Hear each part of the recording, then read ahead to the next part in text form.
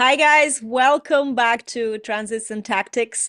Some episodes are very interesting to record because some transits are either not so potent or, everybody experiences these influences in such different ways. And it depends on what you have in your chart, but it also depends where you are, what lessons, karmic lessons you're facing right now, what are you releasing? There's so many other things. This is why I love doing this series with Anita, because I might my personal little ego kind of trip goal here is to dive more into experiencing of the lines because I'm a 1-3, as you probably know, and the third line is the line that you need to live through something to really know it. So this is a very interesting experience for me. But I really love when Anita comes and gives a bigger picture because there's other things as well at play, and it's not always this. And also we have different channels. And so today we're going to talk about this channel that the current transit is activating in everybody.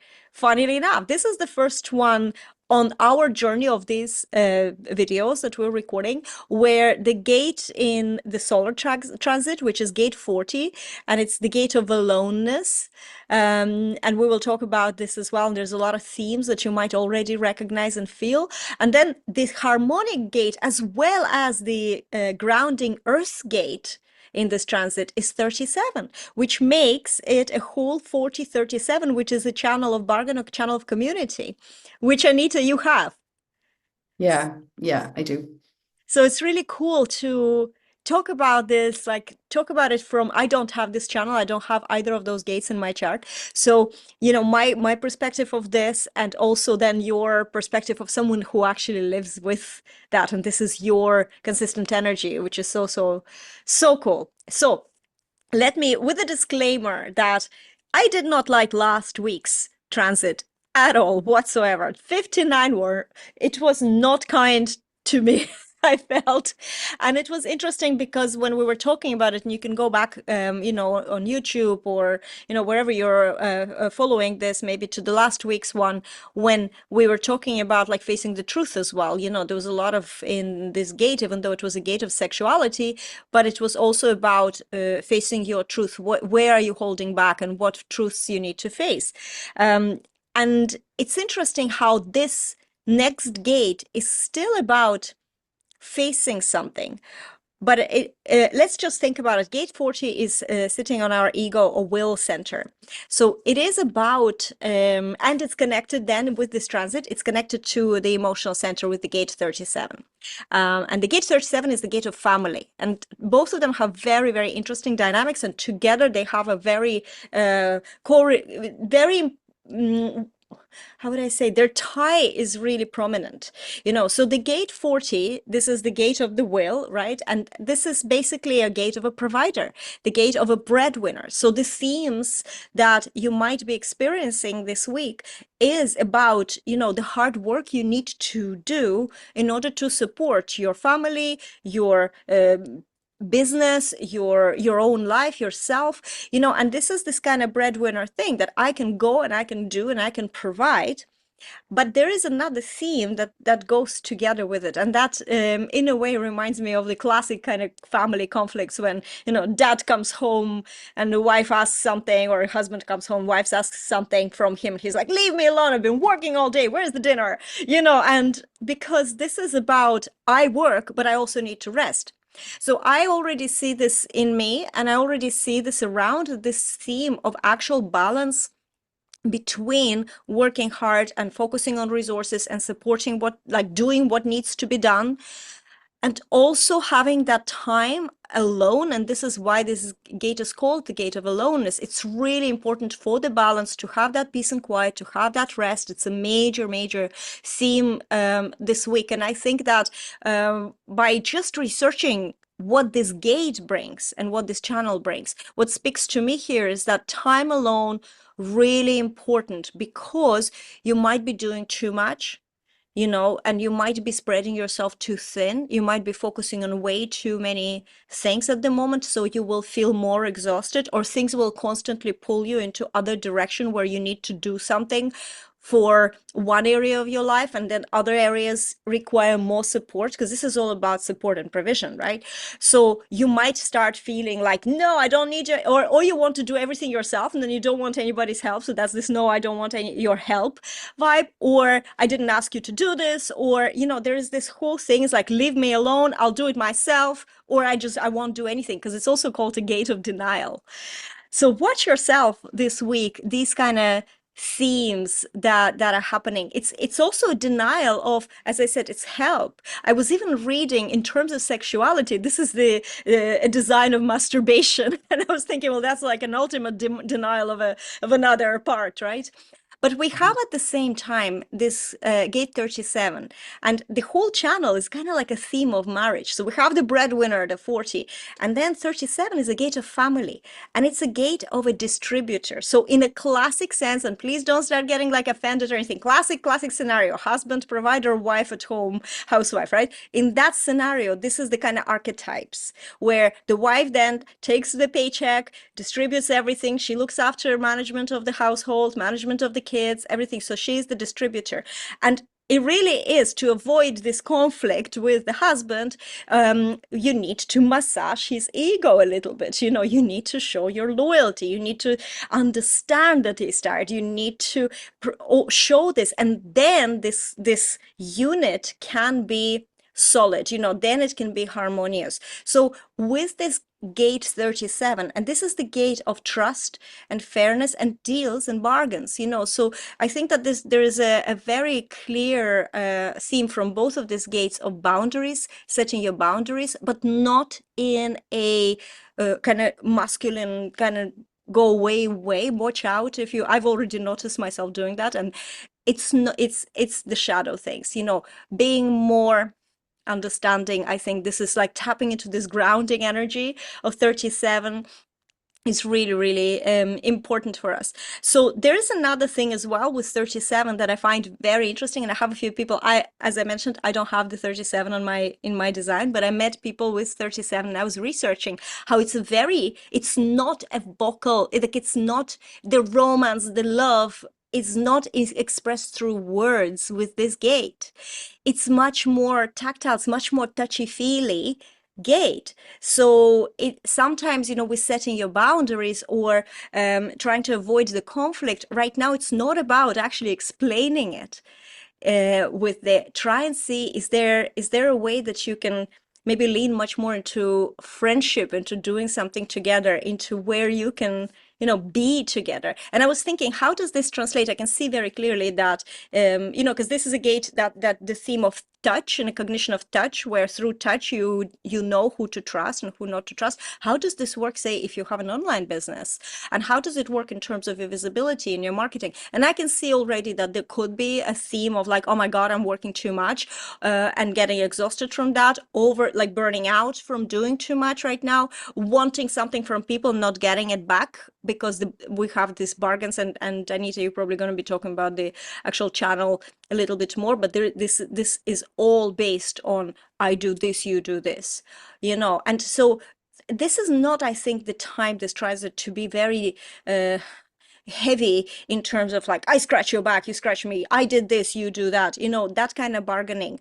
Try and show more passive approach. And in one of the interpretations, I really liked the advice of approach this energy with like a childlike openness and curiosity, because you don't know, if you're a little bit more passive, if you just submit a little bit more to these energies, don't try and push through with the ego that comes from gate of ego, right? Maybe you will discover other sides of yourself. Maybe you will discover things that maybe you're overthinking some things, where you feel like you need to establish your boundaries, but you don't.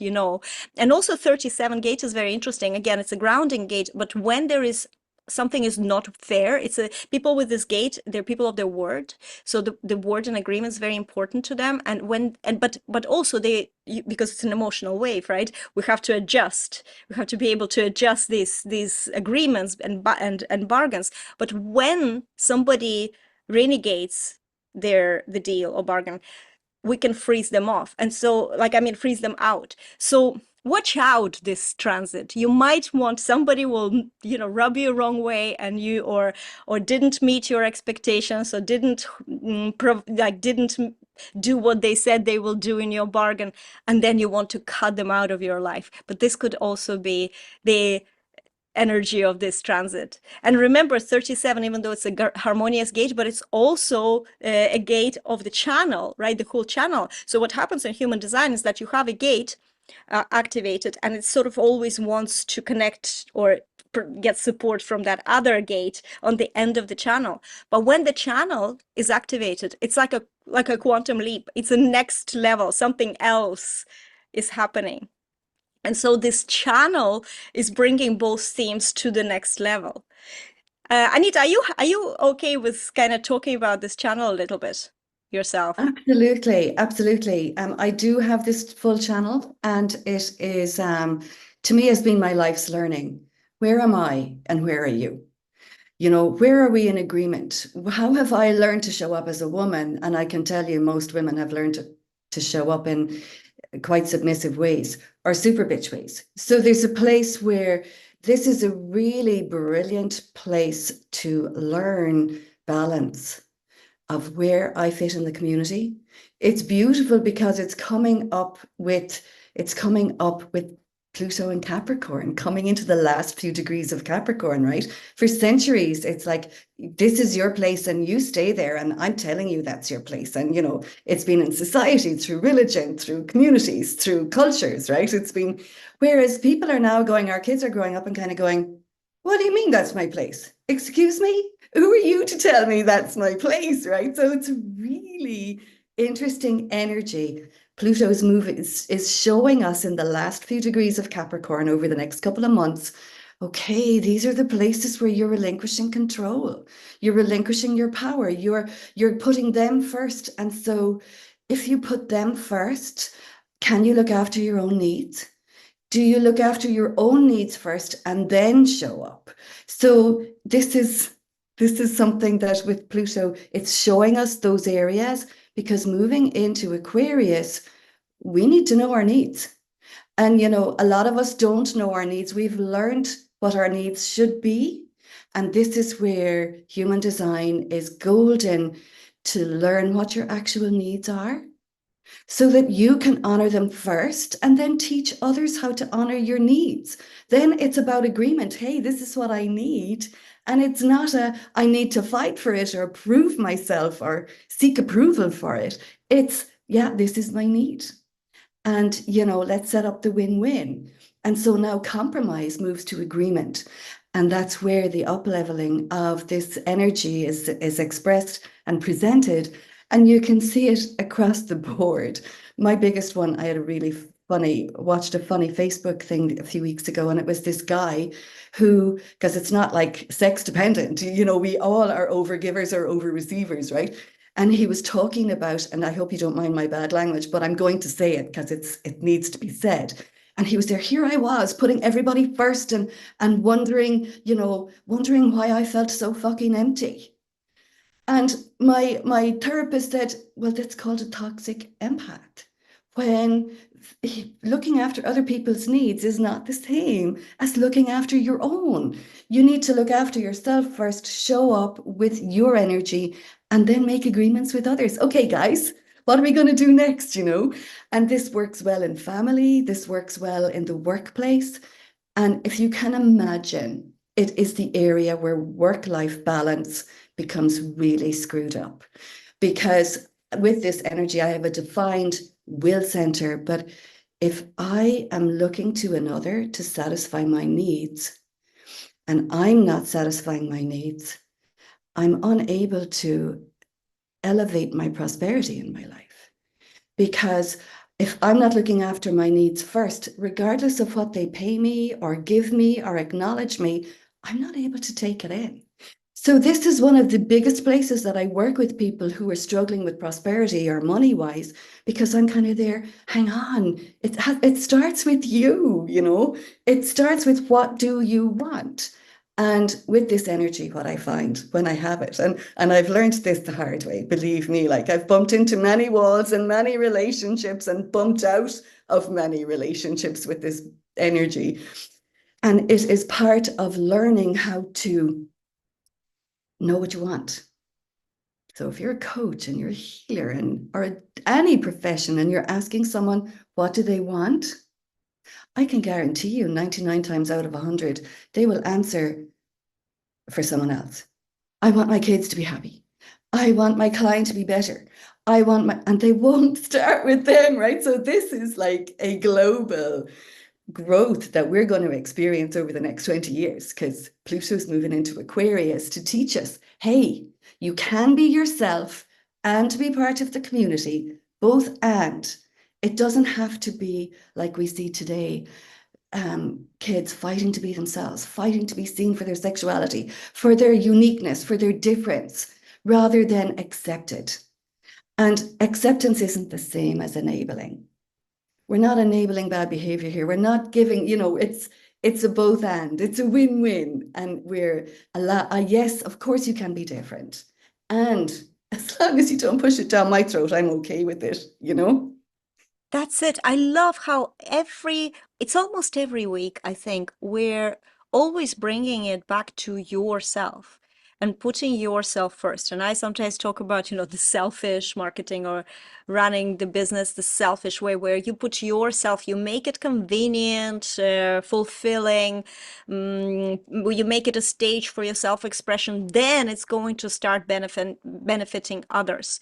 Because if you are trying to help others, but inside you're empty, like you just described, it just really hit this place, and we are giving away our power by expecting something on the outside, by giving it too much. And human design literally tells, here's why you give too much to others. There's different in different designs and different reasons, but it is about you in the first place, because you can't serve others if you are feeling inadequate, if you're feeling lost, if you're feeling tired. These energies of this week: take more rest, take a step back, even if you're a breadwinner, even if everything is at stake. I've been a breadwinner in my family for over a decade, and I've learned to a place where I've learned to understand that there is a place where you have to say, yes, I know that I am a provider. I know that.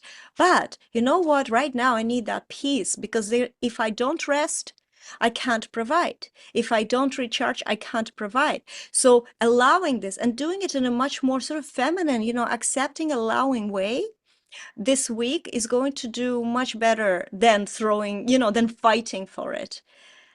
And That's I so think that we true. might find loads of new things about ourselves, and even, tap into the creativity as well more when we allow this to happen. And then, just before we wrap up, and if you have anything to add to this, Anita, please do interrupt me, Yeah, I be my do guest. actually. Yeah, I Yeah. do. Because the big thing of this is the burnout energy.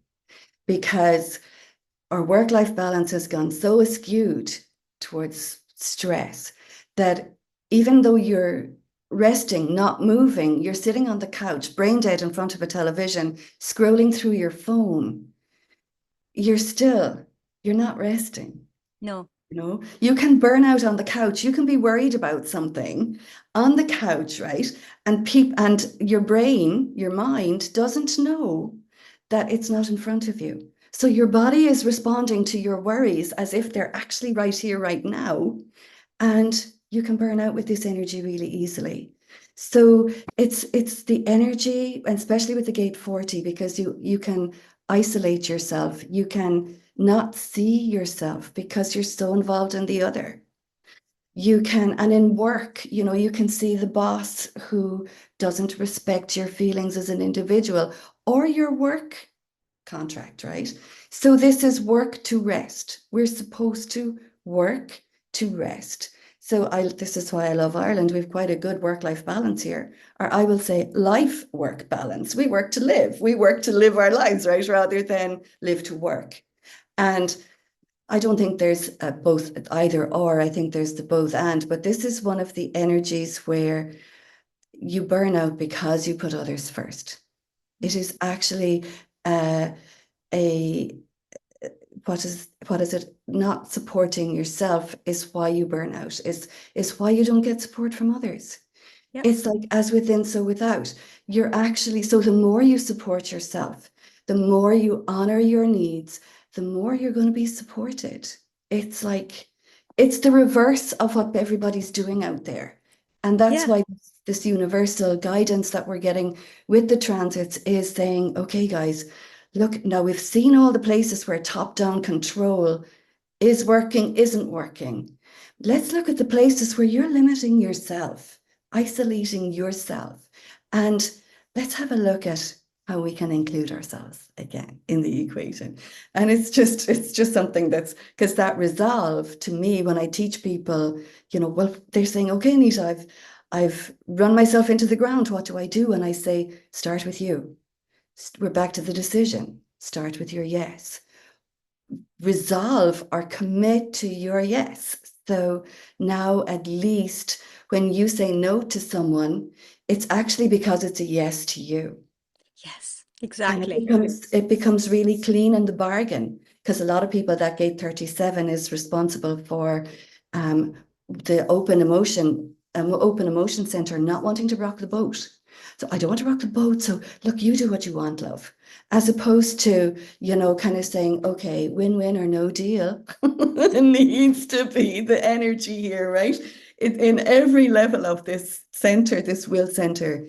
But it's just to realize that the difference between having your own time and integrating your daily practice, like you said, coming home and having a bit of peace and quiet before your dinner, or we've lost that with Mm. working from home. We've lost the delineation between driving home from work and being able to detox, debrief before we get home.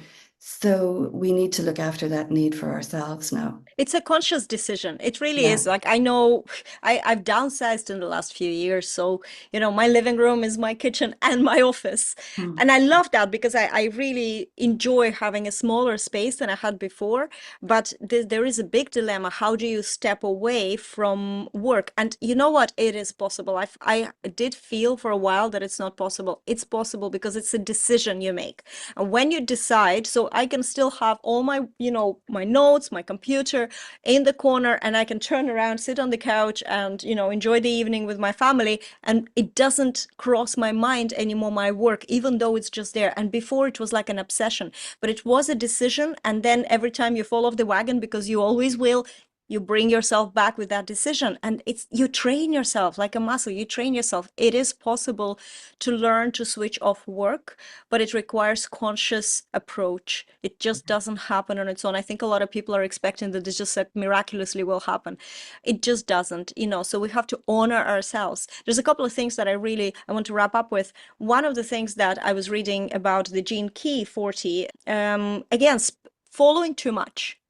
Following too much. And I really loved how Richard Roth said, if you're listening to this and Gene Keys is not your thing, drop it now. Stop it.